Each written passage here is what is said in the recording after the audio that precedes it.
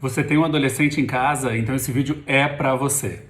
As aulas estão retornando ao presencial e o seu adolescente não quer sair da caverna? Digo, do quarto?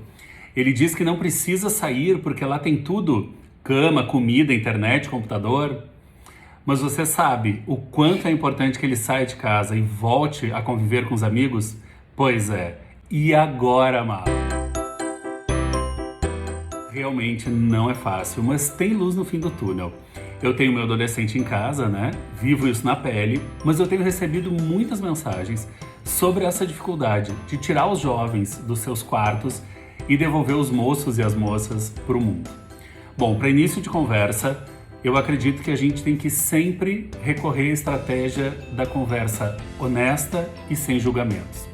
Isso vale para qualquer momento da vida, mas na adolescência, quando a lógica é justamente o contraponto, deixar os teus julgamentos guardados é fundamental se tu espera a reciprocidade nessa conversa.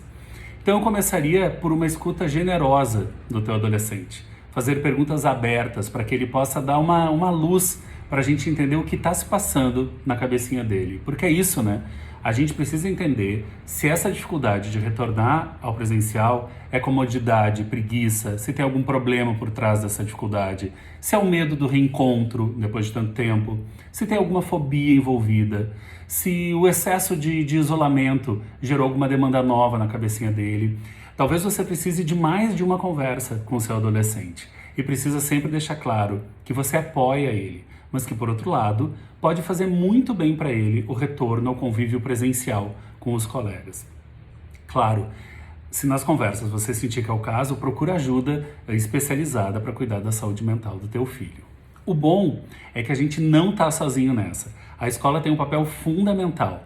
É ela que nos dá as garantias, primeiro, né, do cumprimento dos protocolos, e depois é a escola que dá atenção constante ao que está acontecendo nas relações entre a gurizada. Hoje eu tenho um convite incrível para ti, que é escutar a Suzana, orientadora educacional do Rosário, e que dá todos os caminhos para a gente entender esse momento e para a gente acalmar os nossos corações para esse retorno. Ser pai de adolescente nos ensina a ser pai de adolescente. Então, acho que a primeira coisa que a gente poderia levar em conta é assim, essa questão, quando a gente começa a se preocupar com isso, é um bom sinal, é sinal de que a gente está fazendo um olhar especial para esse filho.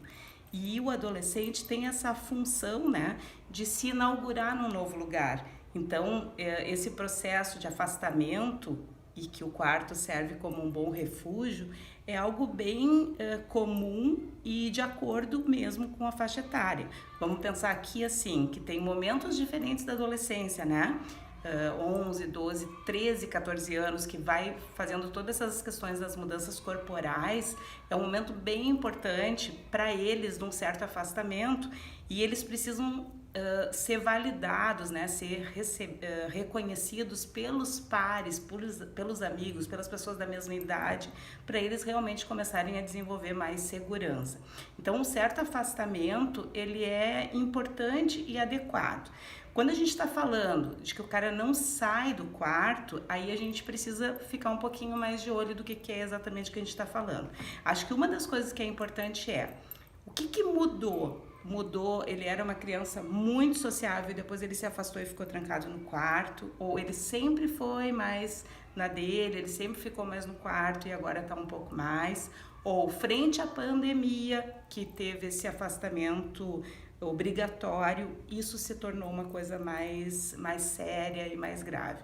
Então, levando isso em consideração, a gente pode entender assim, os quartos de hoje são quartos que têm janela para o mundo, né? Então, eles estão ligados na internet, tem a questão dos jogos, tem todas as questões de rede social.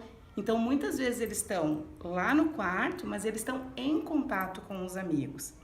Eu concordo muito contigo, Beto, quando tu fala assim da importância, né, de voltar para o convívio, porque sim, né, é no convívio que a gente vai se estabelecendo e se retomando.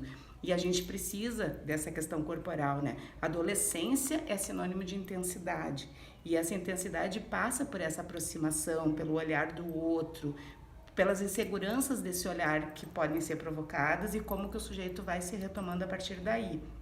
Então, o que eu acho que é bem importante para os pais? Ficarem atentos, né?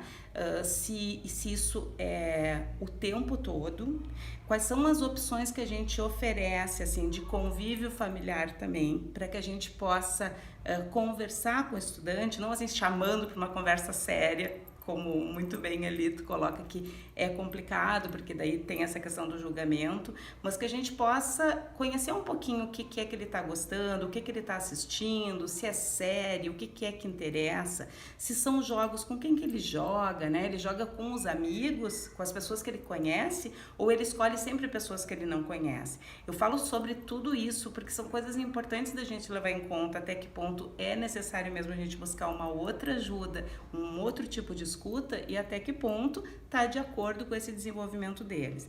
Acho que a pandemia ela trouxe essa zona de conforto para quem estava mais, né, inseguro, porque aí se fechou. Teve algumas mudanças corporais decorrentes da ansiedade da pandemia, alguns comeram um pouquinho a mais, outros cresceram e ficaram mais assim, diferentes daquilo que eles se viam no espelho, e esse se mostrar para os outros desse jeito como eles estão hoje, às vezes é um momento de ansiedade, e aí a gente tem que ficar nesse suporte para poder ajudar essa retomada do convívio social. Outro dia escutei na escola, ali numa turma, uma coisa que eu achei muito legal: a gente está reaprendendo a conviver. E a gente pode observar isso na prática mesmo. Ao voltar para a sala de aula, a esse convívio que é tão caro, tão importante, porque a escola tem essa função da aprendizagem, mas a parte social é extremamente válida, extremamente importante. Então, ao voltar para a sala de aula, o fato deles poderem ser ou não acolhidos pelo colega é algo que traz bastante ansiedade. Mas, de qualquer forma, no quarto eles faziam no tempo deles e do jeito como eles queriam. Então, eles tiveram que novamente reorganizar e recombinar aquilo que faz parte do convívio, né? E isso está sendo um desafio, e é um desafio necessário, é algo que a gente vai sim conseguir retomar, mas a gente vai precisar ter esse acolhimento e esse processo, né? Porque as pessoas, e não é só os adolescentes, estão todos com muita pressa. Tudo é instantâneo, tudo a gente quer logo, tudo a gente quer resolver de uma forma muito rápida e um retorno muito rápido. E no convívio social a gente também vai desenvolvendo essa parte da gente ter paciência. Então a gente precisa ter paciência com os adolescentes, a gente precisa acolher eles, mas a gente também precisa conversar com eles. E mesmo que eles sejam mais lacônicos, que eles não queiram dizer tudo, é o fato deles saberem que eles podem confiar no pai quando eles precisarem, tá de excelente tamanho. Então, assim, poder oferecer, quando tu tiver a fim de conversar, fala comigo, eu tô aqui, né? Eu me preocupo com isso, mas como é que é contigo? Então, essa coisa do não julgamento.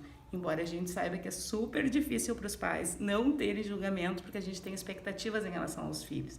E aí vale, assim, uma dica que eu acho importante. Como é que é o perfil desse meu filho? Ele está bem de acordo com aquilo que eu imaginava que ele seria, ou que eu gostaria que ele fosse?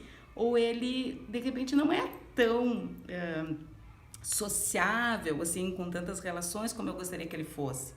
Então, essas coisas, elas fazem parte, elas vão pesar um pouco pro lado do filho que está nesse lugar, que precisa se colocar novamente como um sujeito aí que vai dar conta, mas que tem ainda muita preocupação com o apoio, né, e o reconhecimento dos pais, não quer decepcionar, tem esse compromisso, assim, com pais que investem nos seus filhos. Vocês viram, né? É desafiador, mas esse é o nosso papel. Não interessa se a gente não recebeu tanta compreensão lá atrás na nossa adolescência, porque agora é a nossa vez de dar essa atenção e de fazer a diferença na vida dos nossos filhos. Boa sorte por aí, boa sorte para nós e até o próximo E Agora, Mala!